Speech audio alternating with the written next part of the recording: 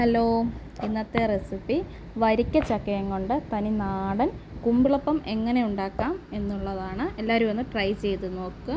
ഇഷ്ടപ്പെടുവാണെന്നുണ്ടെങ്കിൽ ചാനലൊന്ന് സബ്സ്ക്രൈബ് ചെയ്യാൻ മറക്കല്ലേ. കുമ്പിളപ്പം ഉണ്ടാക്കുന്നതിന് വേണ്ടി ആദ്യം കുറച്ച് ശർക്കര പാനിയാക്കാനുണ്ട്. അതിനുവേണ്ടി ഞാൻ ഇതിൻ്റെ ഇതുപോലൊരു വലിയ ശർക്കരയാണ് എടുത്തിരിക്കുന്നത്. അതിനും കുറച്ച് വെള്ളം ഒഴിച്ച് നമുക്ക് പാനിയാക്കി എടുക്കാം. ഒരു ഗ്ലാസ് വെള്ളം ഒഴിച്ചിട്ടുണ്ട്. അതെല്ലാം അലിഞ്ഞ് സെറ്റായിട്ട് വന്നോളൂ. കുമ്പിളപ്പം ഉണ്ടാക്കാൻ വേണ്ടി നമുക്കിവിടെ നല്ല പഴുത്ത വരിക്കച്ചക്ക കിട്ടിയിട്ടുണ്ട്. നമുക്കിത് ഒരു മിക്സിയുടെ ജാറിലിട്ട് നന്നായിട്ട് അരച്ചെടുക്കാം. മിക്സിയുടെ ജാറിലേക്ക് ഇട്ട് കൊടുത്ത് നന്നായിട്ട് അരച്ചെടുക്കുക. അരയ്ക്കുമ്പോൾ വെള്ളമൊന്നും ഒഴിച്ചു കൊടുക്കരുത്. ചക്കപ്പഴം ഇതുപോലെ നന്നായിട്ട് അരച്ചെടുത്ത് വെക്കുക. കുമ്പിളപ്പം തയ്യാറാക്കാൻ വേണ്ടി ഞാനിവിടെ ഗോതമ്പ് പൊടിയാണ് എടുത്തിരിക്കുന്നത്. നമുക്ക് ഗോതമ്പ് പൊടിയോ അരിപ്പൊടിയോ എടുക്കാം. ഞാനിപ്പോൾ ഇതുപോലൊരു ബൗൾ നിറച്ച് 1 കപ്പ് പൊടി എടുത്തിട്ടുണ്ട്. അതൊരു പാത്രത്തിലേക്ക് ഇട്ട് കൊടുക്കാം. ഇനി ഇതിലേക്ക് അരമുറി തേങ്ങ മുഴുവനായിട്ടും തിരുമിയത് ചേർത്ത് കൊടുക്കാം.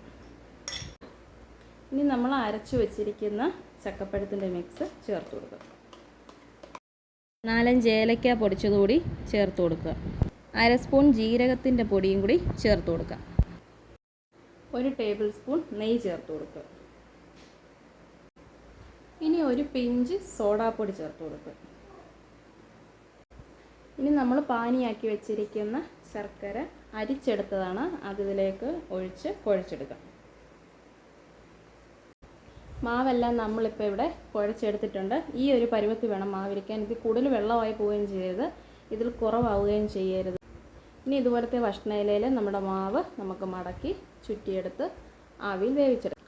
നമ്മൾ കുമ്പിൾ കുത്താൻ തുടങ്ങുന്നതിൻ്റെ മുമ്പേ ഞാൻ ഇഡലിച്ചെമ്പിൽ വെള്ളവുമായിട്ട് ചൂടാകാൻ വേണ്ടി വെച്ചിട്ടുണ്ട്. ഇനി നമുക്ക് കുമ്പിൾ കുത്തുന്നത് എങ്ങനെയാണെന്ന് നോക്കാം. അതിനുവേണ്ടി ആദ്യം നമ്മുടെ കൈ ഒന്ന് കുറച്ച് വെള്ളത്തിലൊന്ന് നനയ്ക്കുക. എന്നിട്ട് ഈ ഇലയെടുത്ത് ഇങ്ങനെ പിടിച്ചിട്ട് അതിൽ ഇങ്ങനൊരു കുമ്പിൾ പോലെ വെക്കുക. എന്നിട്ട് ഇതിലേക്ക് നമുക്ക് മാവ് ഉരുട്ടി വെച്ച് കൊടുക്കാം. ഒരുപാട് വെച്ച് കൊടുക്കണ്ട. നമ്മൾ സോഡാപ്പൊടിയും കൂടെ ഇട്ടത് കൊണ്ട് ചിലപ്പം മാവ് പൊങ്ങി വരാനുള്ള ചാൻസ് ഉണ്ട്. ഇതിലേക്ക് നമുക്ക് വെച്ച് കൊടുക്കാം. ഇങ്ങനെ വെച്ചതിന് ശേഷം ഈ വരുന്ന അറ്റം ഇതിനുള്ളിലേക്ക് വെച്ച് കൊടുക്കാം. ഓക്കെ, അപ്പോൾ നമുക്ക് തന്നെ ഇങ്ങനെ ഒന്നും വെളിയിലേക്ക് പോവാത്ത രീതിയിൽ കിട്ടും. ഇനി നമുക്കിത് അപ്പച്ചെമ്പിലേക്ക് വെച്ച് കൊടുക്കാം.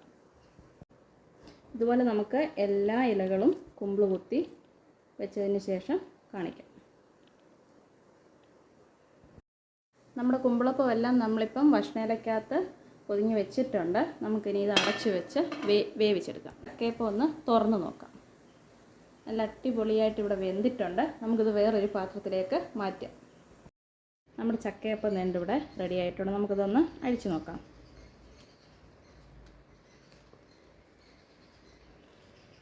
നല്ല ചൂടാണേ. നല്ല അടിപൊളിയായിട്ട് നമ്മുടെ ചക്ക കുമ്പിളപ്പം ഇവിടെ റെഡി ആയിട്ടുണ്ട്. എല്ലാവരും ഈ റെസിപ്പി ഒന്ന് ട്രൈ ചെയ്ത് നോക്കുക. തീർച്ചയായിട്ടും ഇഷ്ടപ്പെടുവാണെന്നുണ്ടെങ്കിൽ എൻ്റെ ചാനലൊന്ന് സബ്സ്ക്രൈബ് ചെയ്യാൻ മറക്കല്ലേ.